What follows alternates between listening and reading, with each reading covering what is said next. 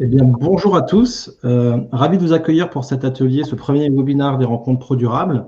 On est désolé des quelques minutes de retard pour ce premier webinaire, quelques réglages techniques, dont la problématique est la suivante. En quoi ou dans quelle mesure la mission joue-t-elle un rôle dans l'adaptation des modèles de croissance au monde de demain? Et en effet, le travail sur la mission invite les entreprises à explorer des tensions, les dilemmes, on va le voir, et bien souvent, au cœur de ces tensions, il y a la question de la croissance.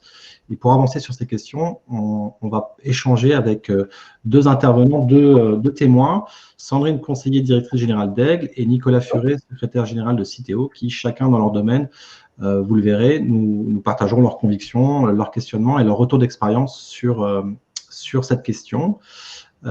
Juste avant de nous présenter quelques mots sur l'atelier, on va prendre quelques minutes là pour se présenter très rapidement, mettre en perspective le sujet. Vous pouvez dès à présent poser vos questions sur la plateforme, sur le chat, et on gardera un temps en fin d'atelier et on débordera un tout petit peu pour rattraper le temps perdu pour répondre à vos questions. Alors, pour nous présenter en quelques mots très rapides, nous sommes deux cabinets de conseil partenaires, Nuova Vista et Balthazar. Et on a en commun cette idée que finalement l'entreprise responsable doit arriver à concilier profit économique et profit sociétal. Ça fait plus de 15 ans maintenant qu'on accompagne nos clients sur les sujets de raison d'être et de responsabilité, depuis la conception jusqu'à la mise en œuvre et la conduite du changement.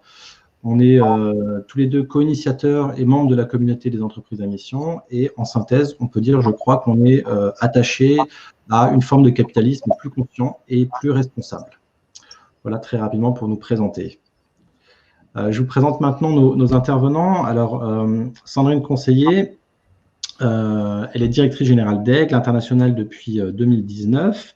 Elle a passé plus de 20 ans chez Unilever sur différentes marques, dans des fonctions marketing notamment, en France et à l'international, en Asie. Et en 2011, elle est nommée VP au Global à Londres et membre de l'Excom Aircare.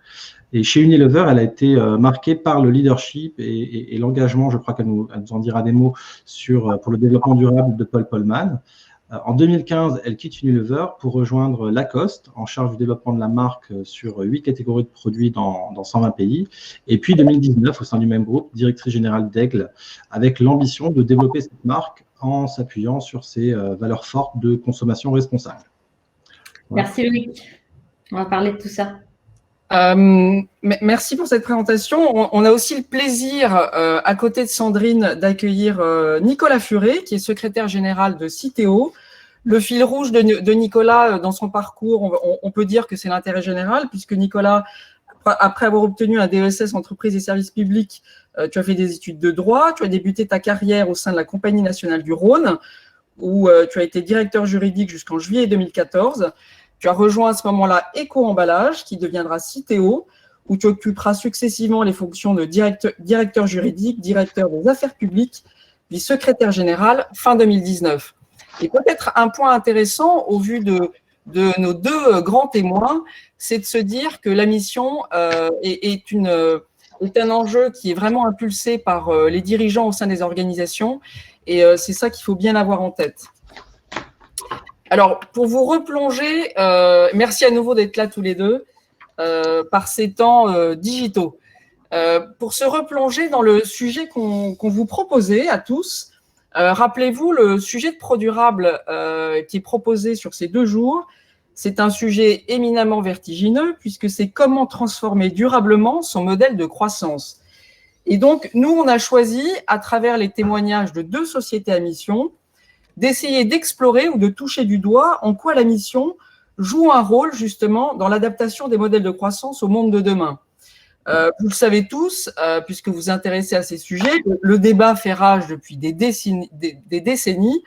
On enfonce un peu des portes ouvertes quand on dit que croissance économique et réduction des impacts environnementaux et des inégalités pose la question, est-ce que ça peut aller de pair, oui ou non? Ce qui est intéressant, si on se replonge dans l'histoire, rappelez-vous, c'est ce que réfutait dès 1972 le Club de Rome, avec son rapport Halte à la croissance. Il y avait une impossibilité cognitive à l'époque d'entendre ce discours-là. Donc, on s'est empressé de mettre non, il n'y a pas de limite à la croissance, ou alors de l'opposer à la décroissance, pour dire ça n'est pas possible. Et donc, on a avancé gentiment pendant 50 ans. Et aujourd'hui, ce qui est intéressant, et depuis très récemment, c'est qu'on parle d'une nouvelle idée de croissance, d'une croissance repensée, qui est envisagée d'un point de vue plus qualitatif et qui est maintenant proposée comme alternative, et peut-être comme la seule alternative, par des acteurs institutionnels comme Rexecode ou comme l'Agence européenne de l'environnement.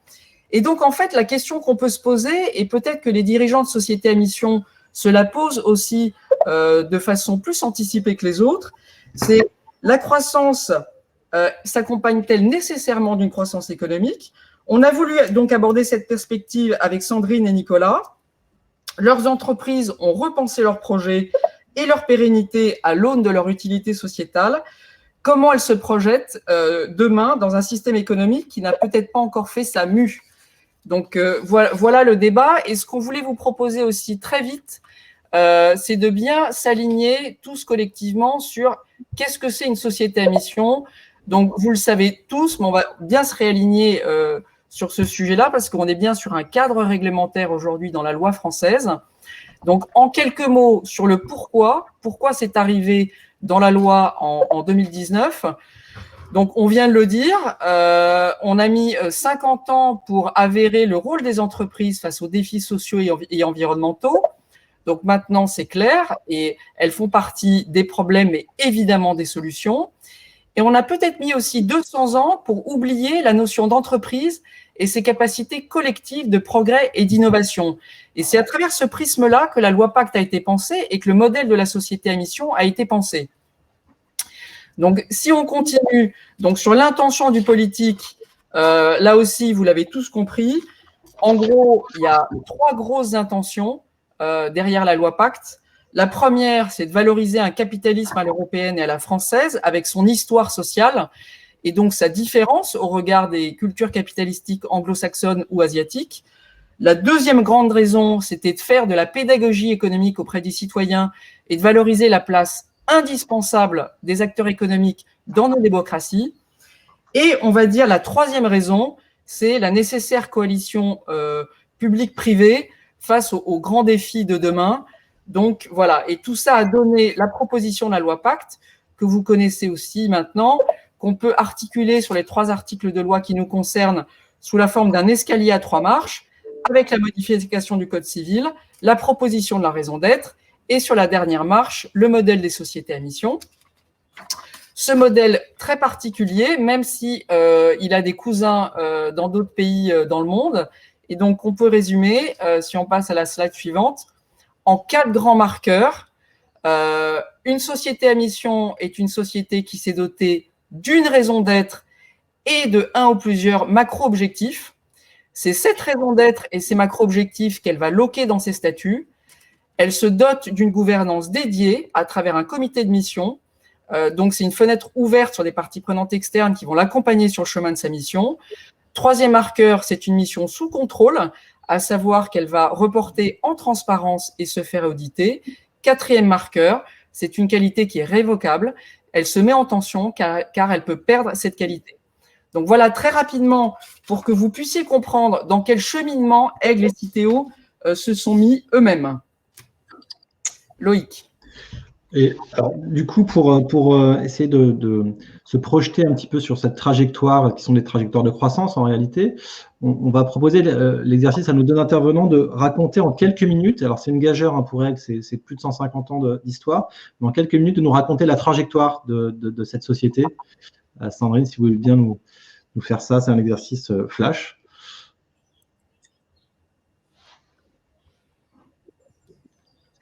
Vous nous entendez?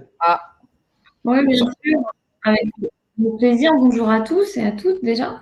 Aigle, c'est une société qui… il y a des ruptures de son de temps en temps. Je ne sais pas si vous m'entendez de nouveau. Si. Vous m'entendez de nouveau? Oui. Oui, c'est bon. On espère que ça va continuer et que ce sera aussi fluide que l'histoire de Aigle. Aigle est né en 1853. D'ailleurs, c'est intéressant de voir par rapport à ce qu'on vient de voir, que c'est une société qui est née au moment où le capitalisme était un peu différent finalement du capitalisme qu'on a connu ces dernières années. C'est une maison qui s'est développée au départ avec des socs en caoutchouc naturel, dans une usine en France, une manufacture qui est toujours notre manufacture. On a déménagé dans les années 60, mais depuis, on n'a plus bougé. On est toujours resté en France, donc dans la région de Châtellerault. C'est une maison qui a progressivement évolué et dans les années 80 a commencé aussi à faire des vêtements en plus des bottes et des chaussures en caoutchouc. J'espère que vous me suivez toujours. Je vois, moi, les images et les slides qui changent, mais j'espère que vous m'entendez et que vous me suivez toujours. Ce qui est intéressant pour des raisons, en fait, un peu opportunistes. Il y avait un entrepreneur au Japon qui cherchait une marque d'outerwear, de grosses pièces, qui ne soit pas américaine. Vous voyez que le politique était déjà présent finalement dans sa vision. Il a cherché une marque, il a trouvé Aigle, il a appelé et c'est comme ça qu'on s'est développé à l'international dans les années 90 où c'était assez rare pour une entreprise de taille moyenne française et donc on a commencé notre expansion en Asie comme ça. Et aujourd'hui, la marque fait à peu près 280 millions d'euros et c'est une marque dont le chiffre d'affaires est réparti vraiment à 50% entre l'Europe et la France, bien sûr, dans l'Europe et l'Asie, qui est la deuxième partie de notre chiffre d'affaires, qui est très important pour nous. Donc, une ETI française, mais très, très internationale. Et bien un petit peu quelles ont été les raisons pour lesquelles on a souhaité cette société à mission. Et pour nous, ça marque effectivement un engagement fort sur des actions qui étaient déjà les nôtres.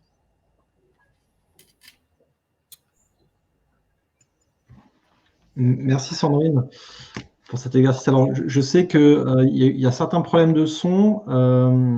Certains participants disent qu'ils ne vont pas complètement bien entendu, mais peut-être pour la suite, on coupera la caméra si besoin pour essayer de de mon côté pour l'histoire de Aigle. Nicolas, on vous propose de vous prêter au même exercice. Citeo est plus récent, mais belle trajectoire. Vous pouvez nous raconter un petit peu depuis l'origine? Bien sûr, bonjour à toutes et tous. Citeo, à l'origine, son existence est très liée à la société de consommation. À un moment donné, on s'est rendu compte. Vous m'entendez? Oui. Très bien. On a fait face à un afflux, avec l'explosion de la consommation, à un afflux d'emballage dans les villes et au niveau des communes. Et s'est posé la question de comment gérer, comment faire face à cet afflux d'emballage. Et les pouvoirs publics avaient le choix entre mettre en place une fiscalité adaptée pour financer la collecte, le tri, le recyclage par les collectivités, ou mettre en place un dispositif de responsabilité des entreprises qui vendent des produits emballés. Et les entreprises ont été très volontaires pour porter cette solution d'une responsabilisation de leur part, d'une responsabilité juridique qu'on appelle la responsabilité élargie du producteur, et deux manières de réaliser de répondre à cette responsabilité, soit de manière individuelle, soit de manière collective. Et nous, chez Citeo, nous sommes l'entreprise au service de ces metteurs en marché pour gérer collectivement la responsabilité. À l'origine, en 1992, quel était l'enjeu? L'enjeu, c'était d'abord de collecter ces emballages et de faire en sorte de les trier et de recycler ceux qui étaient recyclables. Alors, on n'est pas parti de rien. Il y avait un partenaire naturel qui sont les collectivités locales qui étaient déjà en charge de la collecte et du traitement des ordures ménagères, et on s'est appuyé sur ce partenaire pour collecter, mettre en place le bac jaune, collecter les emballages, monter des centres de tri spécifiques, des filières de recyclage et des débouchés pour ces déchets d'emballage.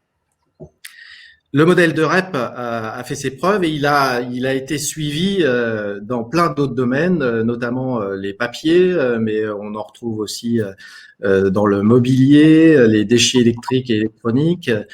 Et on est passé, après cet enjeu de la collecte et du tri, il y a eu l'enjeu de sensibilisation du public sur comment je trie, comment j'utilise mon bac jaune, comment je fais en sorte que ces emballages soient collectés de manière séparée des ordures ménagères classiques.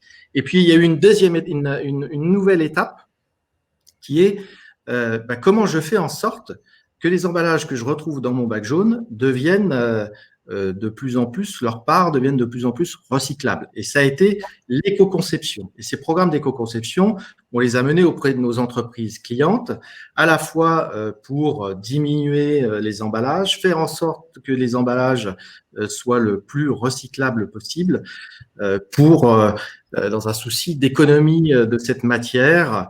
Et c'est à ce moment-là qu'on s'est rendu compte et qu'on a développé le fait que ces déchets étaient en fait des ressources et que le recyclage était une manière d'aller vers la circularité de nos emballages, de nos matières premières qui sont rares et qui sont chères, et faire en sorte de faire revivre ces matières. Et donc, on ne parle plus de déchets, mais on parle bien de ressources.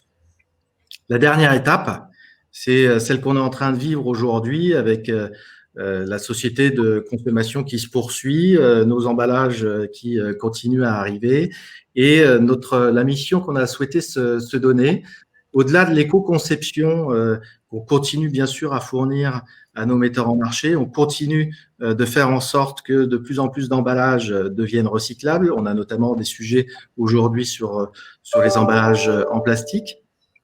On poursuit cette étape en allant toucher le consommateur et ses modes de consommation.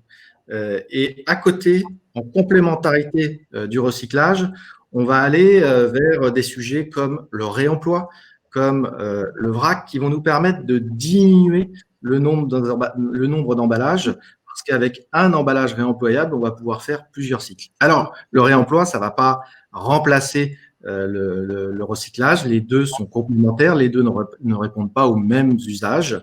L'emballage reste indispensable parce qu'il protège, il permet de transporter les produits que l'on consomme. Et voilà, notre nouvelle étape, c'est s'attaquer directement aux consommateurs et au-delà du geste de tri, voir comment on peut faire évoluer ces modes de consommation et répondre à nos enjeux de circularité.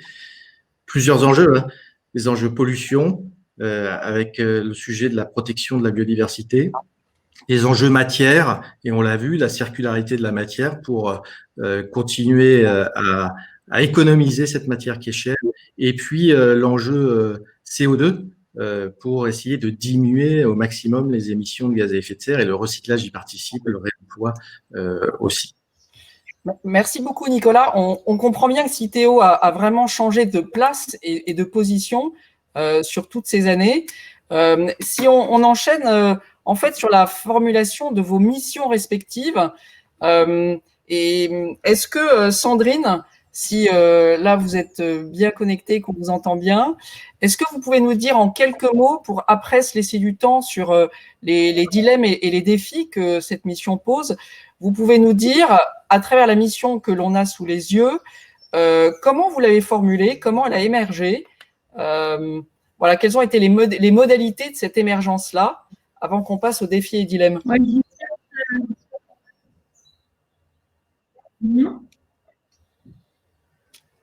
Bon, si vous ne m'entendez pas bien, je couperai ma caméra. Oui, il faut peut-être. Faites-moi signe que je vois des commentaires vous votre caméra, alors, sur le son. Moi-même, parfois, le son est peu clair. Voilà, incognito avec vous. Donc, en écran, d'abord, en réalité, cette mission, elle vient d'un guide qui avait été établi dans les années 90, qu'on a retrouvé dans les archives, et on avait cette formule, ne laisser d'autres empreintes que celle de ses pas. Et finalement, notre mission, c'est ça, permettre à chacun de vivre des expériences. C'est ce qu'on fait, hein, on fournit des produits qui permettent de sortir, quel que soit le temps, et donc de vivre des expériences. sans laisser d'autres empreintes que celle de CEPA. C'est cette formule poétique, mais qui, évidemment, fait écho à l'empreinte carbone, puisque si on résumait notre mission, l'idée, c'est de justement développer la marque, et on reparlera de la croissance, tout en réduisant fortement notre empreinte carbone. Ça, c'est notre raison d'être. On a construit finalement nos macro-objectifs, comme on les appelle dans la loi Pacte, sur 3 piliers, les produits, finalement nos collaborateurs et les clients, et la planète, donc Product, People, Planet. Vous les voyez ici résumés. On a une partie sur la conception de produits durables, qui est très important, et donc aussi une sélection de nos fournisseurs, puisque certains produits, nous les fabriquons nous-mêmes dans notre manufacture, d'autres produits, nous les achetons, ou on achète les matières et on les fait fabriquer. Donc, à la fois, on s'impose à nous-mêmes des normes et on les impose évidemment à nos fournisseurs qui suivent donc l'ensemble des demandes du UN Global Compact. C'est absolument essentiel, la première partie, la conception de produits durables. La deuxième partie, c'est finalement embarquer avec nous à la fois nos collaborateurs, mais aussi nos clients. Une marque, c'est ça, c'est un système de valeurs. Et donc, c'est très important pour nous, en fait, finalement, de communiquer ce système de valeurs aux clients. C'est ça qu'ils viennent acheter au-delà des produits. Ils achètent une marque dans laquelle ils se reconnaissent. Un certain nombre d'initiatives qu'on a mis en place, comme par exemple un site de seconde main qu'on a ouvert en octobre, ou la possibilité de recycler des produits, qui soient Aigle ou pas d'ailleurs, dans nos boutiques. Deuxième pilier très important. Et puis le troisième pilier, c'est finalement sur la planète. C'est là qu'on ancre, quand on rentre dans les outils de pilotage qu'utilisent les équipes, sur la réduction de l'empreinte carbone. On a fait une empreinte carbone Scope 3 de façon très précise avec la Fondation Good Planet, et on a défini une baisse de notre empreinte carbone de 46% d'ici 2030 pour rester en dessous des 1,5 degrés, à notre niveau évidemment, et ça fait partie de ces engagements de société à mission. Et donc on retrouve bien nos 3 piliers, le produit, nos collaborateurs et les clients, et la planète. Merci beaucoup Sandrine. On voit bien les mises en tension que vous vous fixez vous-même, puisque sachez que derrière, il y a des feuilles de route, et tout ça va être piloté. Et n'oubliez pas qu'il y a un comité de mission aux côtés des équipes de Aigle. Peut-être, Nicolas, pour rattraper notre temps là, est-ce que à travers la mission de Citeo qu'on a sous les yeux, tu peux aussi directement enchaîner sur les dilemmes, les difficultés ou les points de débat qui ont émergé dans l'exercice de la formulation de cette mission, qui a pris un certain temps chez Citeo, et les solutions que vous voyez, ou peut-être aussi une certaine projection sur l'avenir, sur des défis. On va faire du 2 en 1. Alors, on va faire les 2 en 1. Vous voyez la mission telle qu'on l'a rédigée, l'enjeu principal pour Citeo, c'est à un moment donné de retrouver l'origine d'un mouvement, d'une responsabilité. En 1992, les entreprises ont été volontaires pour devenir responsables de la fin de vie de leurs emballages. Et aujourd'hui, on a voulu que les entreprises soient volontaires pour aller plus loin et pour affirmer elles-mêmes leur ambition en termes de protection de la planète, de la biodiversité, de nos ressources, du climat. Tous ces éléments dont j'ai parlé tout à l'heure en fin de présentation. Et on a un cadre réglementaire qui est très fourni à la fois au niveau français et au niveau européen, qui encadre la responsabilité des entreprises. Et rédiger cette mission, c'est redonner la main aux entreprises et l'opportunité de définir et de fixer elles-mêmes leur niveau d'ambition. On a mis 18 mois pour la rédiger, cette raison d'être et ces engagements. Donc oui, beaucoup de temps, mais un temps de maturation et un temps d'échange. C'est posé certaines questions. Et je dois dire qu'à l'origine même de la rédaction de la raison d'être, on était très collé au cadre réglementaire. Et puis, au fur et à mesure des discussions qu'on a eues, parce qu'on a beaucoup échangé, on a fait beaucoup d'itérations, à la fois avec nos collaborateurs, avec nos parties prenantes. Et dans nos parties prenantes, on retrouve des opérateurs du déchet, des collectivités locales, des associations environnementales, des associations de consommateurs, bien sûr, nos clients. Et on a travaillé aussi avec nos administrateurs, on a travaillé avec des partenaires extérieurs pour essayer de nous nourrir aussi sur ce sujet de la raison d'être et comment il fallait bien la calibrer. Et en fait, on est sorti de ce cadre réglementaire pour aller plus loin en termes d'ambition, pour nous projeter plus loin dans le temps, dérouler quelque chose une vision moyen-long terme qui n'est pas tout à fait le cas du cadre réglementaire qui change malheureusement très souvent et qui, quelque part, nous empêche de nous projeter vers un objectif commun. Et donc, la manière de résoudre ce dilemme, c'était par exemple, je pose là un sujet, on s'est dit, est-ce qu'on va sur la consommation, le sujet de la consommation responsable? Et en fait, au fur et à mesure des discussions qu'on a eues avec nos différents groupes de travail, on s'est dit, oui, c'est un enjeu pour nous et il faut qu'on s'en saisisse. Et aujourd'hui, il n'est pas nécessairement dans le cadre réglementaire et donc on l'a inscrit en tant que tel dans notre raison d'être. Et la manière qu'on a eu de résoudre ces dilemmes, ça a été de partager, de co-construire et ça nous a pris 18 mois, mais on a eu aujourd'hui une raison d'être et des objectifs dans lesquels tout le monde se retrouve.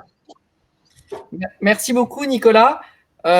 Sandrine, on te propose de terminer avant de prendre les questions en se projetant avec toi justement sur dilemme, difficulté, débat ou défi ou conviction que tu peux nous partager à travers cette nouvelle grille de lecture ou cette nouvelle boussole dont Aigle s'est doté.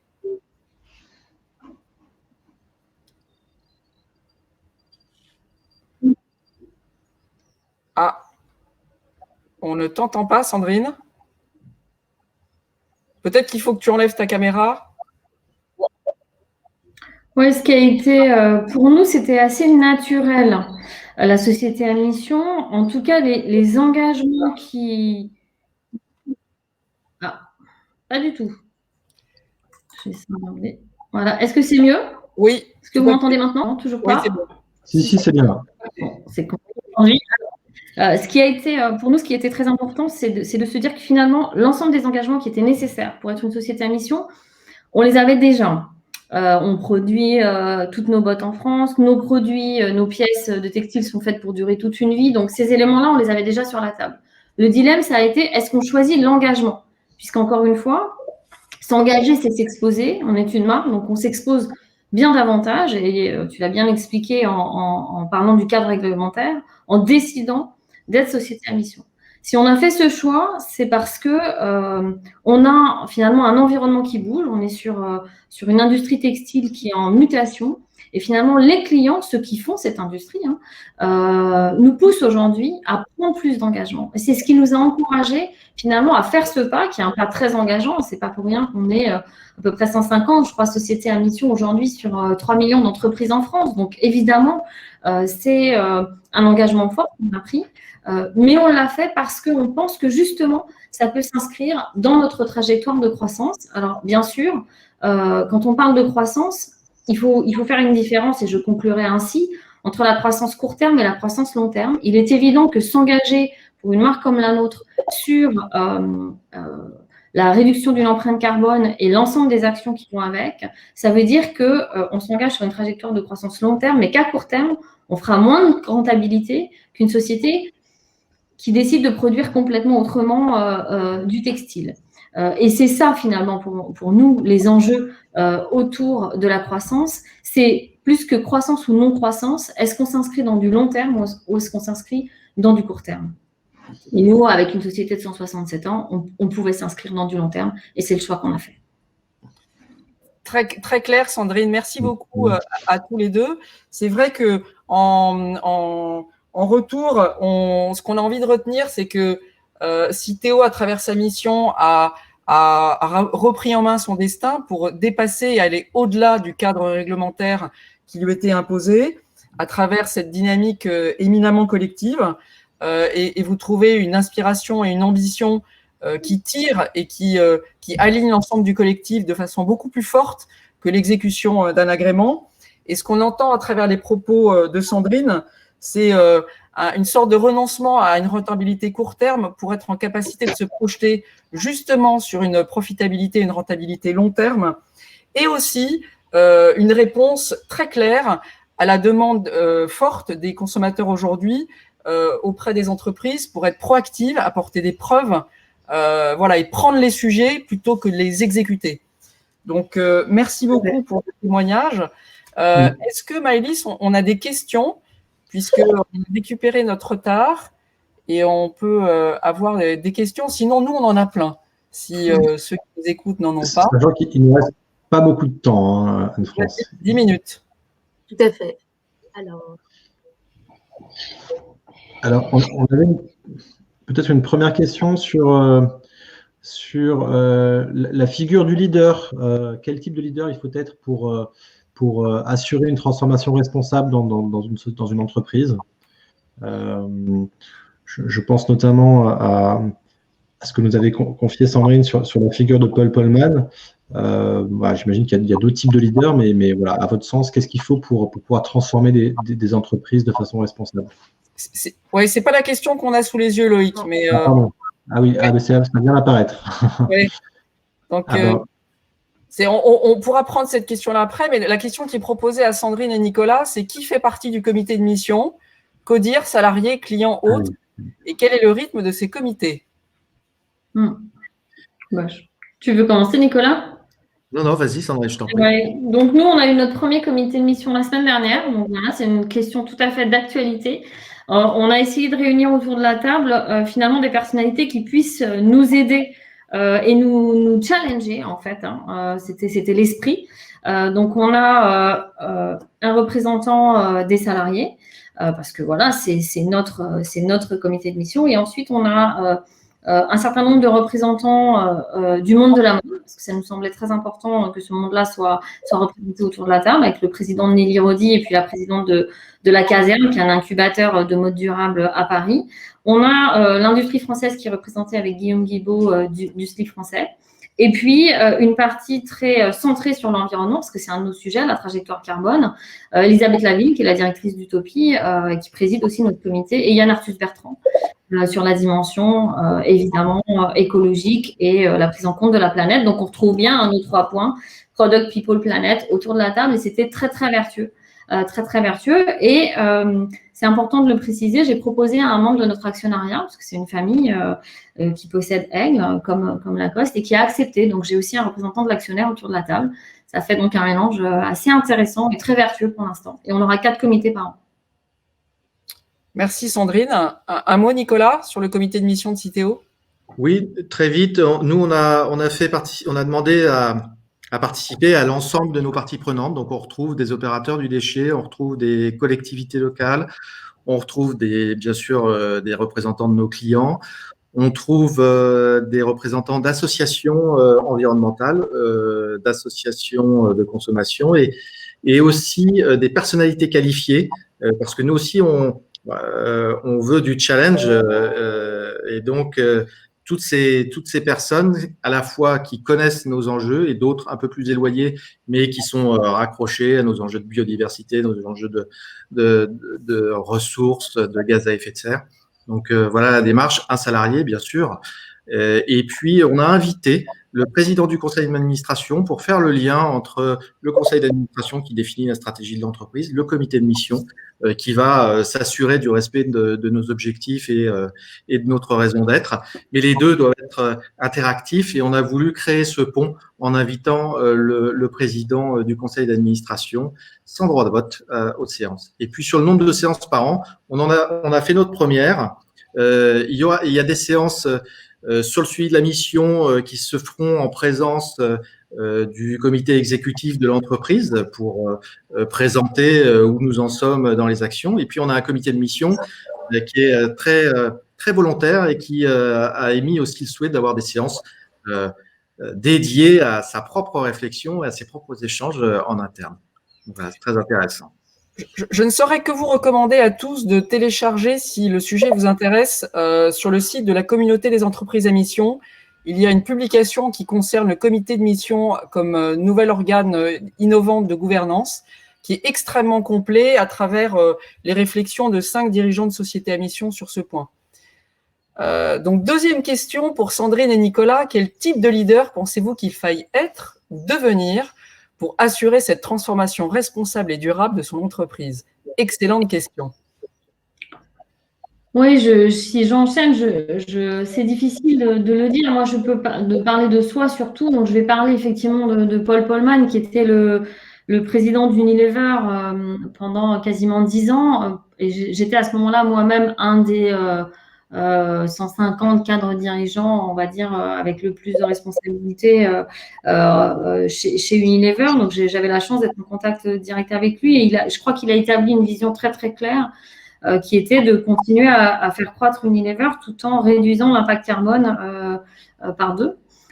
Et à l'issue de son mandat, mais ça fera écho à une sorte d'actualité française, finalement, on a multiplié par 3 la shareholder value d'Unilever. Donc, comme quoi, c'est possible. Je crois qu'il était très clair dans sa vision et qu'après, il a embarqué toute la boîte, en fait. Et pour moi, c'est ça, mon inspiration. C'est une vision qu'on a construite avec mon équipe, avec mon comité exécutif. Mais après, là où je me dis que ça fonctionne, c'est quand la patronne du procurement chez nous, qui est donc très loin des sujets de marque, des sujets de produits, s'empare du sujet quand elle fait des appels d'offres pour règles. C'est quand la patronne des services généraux finalement change complètement l'ensemble des partenaires qui s'occupent du ménage, du recyclage et même du restaurant d'entreprise pour être sur des entreprises plus durables. C'est à ce moment-là, quand on embarque un ensemble de collaborateurs, qu'on se dit qu'on est, pour moi, qu'on a gagné son pari, qu'on est dans quelque chose de vertueux. Donc, je dirais un leader avec une vision très claire, mais qui embarque avec lui ou avec elle l'ensemble de ses équipes. Parce qu'on ne peut pas faire ce qu'on est en train de faire seul. Nicolas? Oui, on a exactement la même perception chez Citeo. Devenir entreprise à mission, c'est de l'engagement. C'est engager à la fois les parties prenantes, à la fois les actionnaires, les administrateurs, les clients, les collaborateurs. Et c'est pour ça qu'on a mis 18 mois à co-construire, parce que donner la parole à chacun, l'occasion de s'exprimer et de participer à la rédaction à la fois de la mission et des objectifs, c'est la première étape de l'engagement. Et puis la deuxième étape, c'est comment on le fait vivre ensuite. Et vous avez vu dans notre mission, il y a de l'interaction, il y a de la co-construction à la fois avec nos parties prenantes et un engagement fort des collaborateurs. Donc oui, vision. Alors nous, la vision, elle était un peu évidente parce qu'on est né pour gérer ces enjeux. Alors bien sûr qu'on monte dans l'ambition et c'est tout naturel au regard des enjeux et de l'urgence actuelle, mais notre enjeu réel, là où il a fallu mettre l'intensité, c'est sur ce sujet d'engagement et de co-construction. Merci à tous les deux. Est-ce que Maëlys, on a encore une question? Il nous reste 3 minutes. Super. Avez-vous, suite à ce travail sur la mission, redéfini ce que vous mettez derrière le terme même de croissance pour votre entreprise? Un bon mot de la fin. Oui, c'est un bon mot de la fin. Ça fait un peu écho à ce que j'évoquais. Nous, on est une entreprise commerciale, donc la croissance au sens strict du terme, elle est simple, c'est la croissance du chiffre d'affaires. Chez nous, elle va se faire, il y a 100 milliards de pièces de vêtements qui sont vendues dans le monde, nous, on en fait 3 millions. Vous voyez, on est tout petit.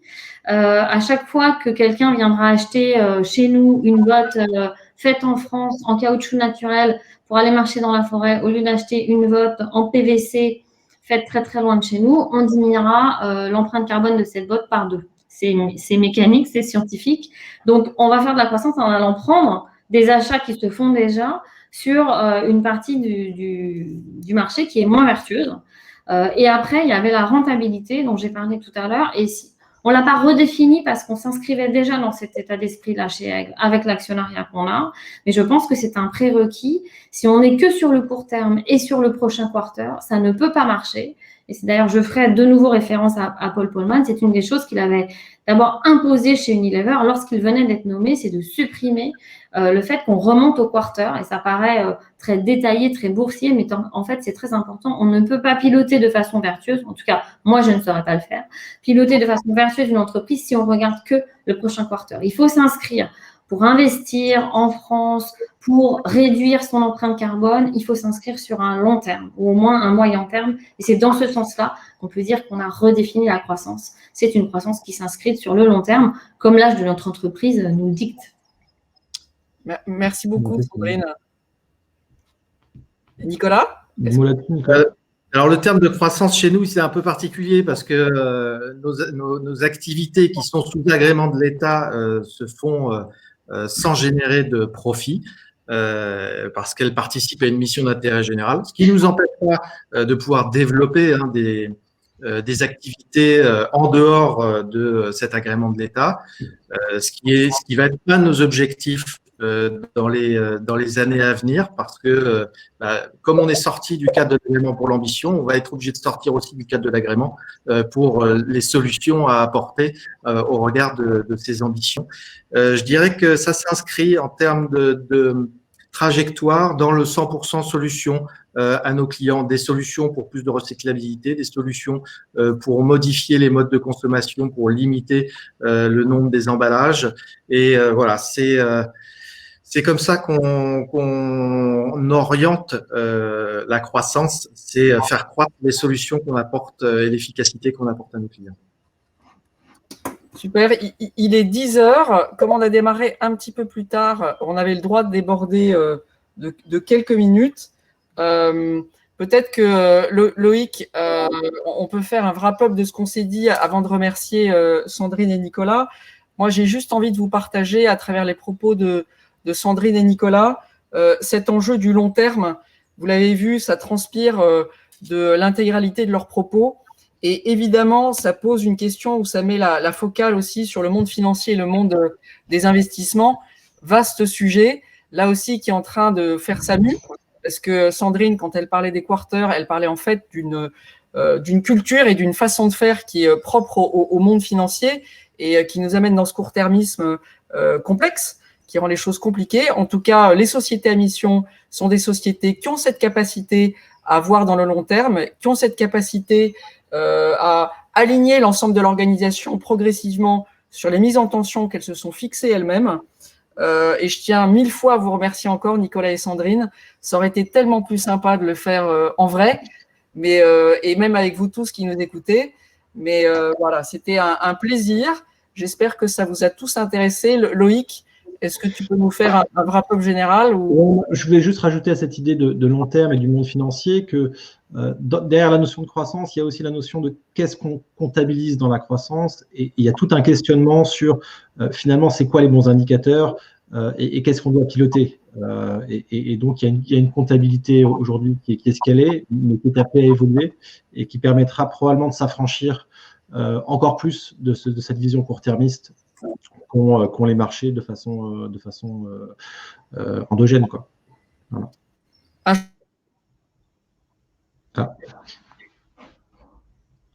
On a perdu Anne-France. Bon, en tout cas, merci beaucoup Nicolas, Sandrine pour ce moment d'échange. Et puis, effectivement, j'espère qu'on aura l'occasion de renouveler ces expériences en présentiel. Merci pour votre invitation. Merci à toutes et tous. Et désolé aux auditeurs pour les petits soucis techniques. J'espère que le son est revenu et que les prochains webinaires se passeront. Voilà, on était pilote. Bonne journée à tous.